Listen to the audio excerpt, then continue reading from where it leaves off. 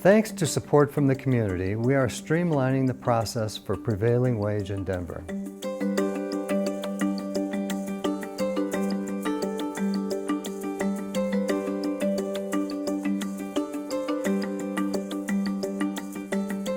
Denver's prevailing wage ordinance requires payment of specific wage rates depending on the type and location of work for city contracts and public projects.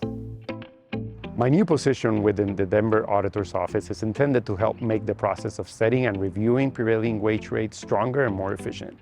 This way, businesses will have clarity and workers will have competitive pay rates for the market. Contractors and subcontractors doing work at or in connection with the operation of any public building or public work on behalf of the City and County of Denver must pay their workers the prevailing wage. This could be more than $50 an hour for elevator mechanics, or it could be the minimum wage of $17.29 per hour for laborers. It all depends on the type of work and where the work is performed.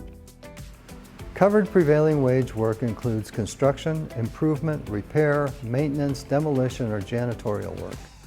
My office has enforced the prevailing wage since the 1950s. That includes reviewing 100% of submitted payrolls from city contractors and checking hourly pay, fringe benefits, and other requirements to ensure workers were paid correctly.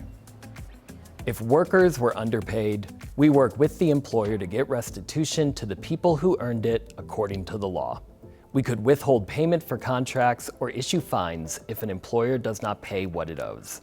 It will be helpful for our stakeholders, including a lot of the contractors that build buildings through contracts with Denver, to have a single point of contact that they can reach out to when they have questions about the prevailing wage, about determinations, interpretations, clarifications, and enforcement. This ordinance, we think, will streamline everything by bringing all of the work into the auditor's office and just makes sense.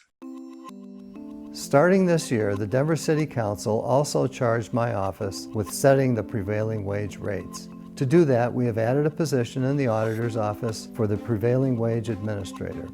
This new role is independent from our enforcement team in Denver Labor. Until now, the city's Career Service Board set the prevailing wage. However, some classifications had not seen a wage increase in years.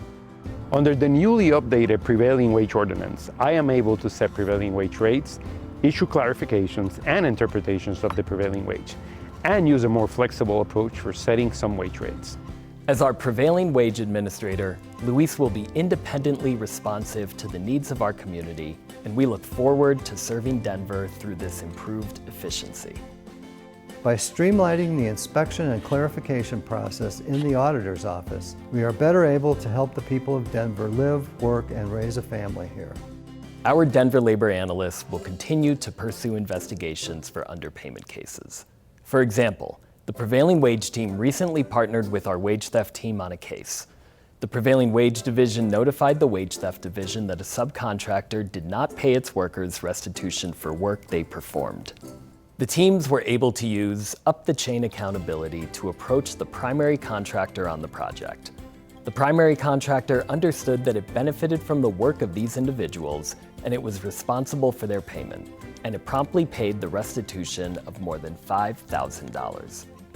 In another successful restitution case, we investigated an employer that was incorrectly classifying workers as apprentices. As a result, 31 workers received more than $30,000 in restitution.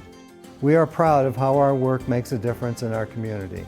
Through both wage enforcement and prevailing wage setting, based on fair and impartial market analysis, we are helping to support individuals, families, and our economy. Well, that's it for this episode of Ask the Auditor. If you have a question, submit it to auditor@denvergov.org, and maybe your question will be the next one we answer on the next episode of Ask the Auditor.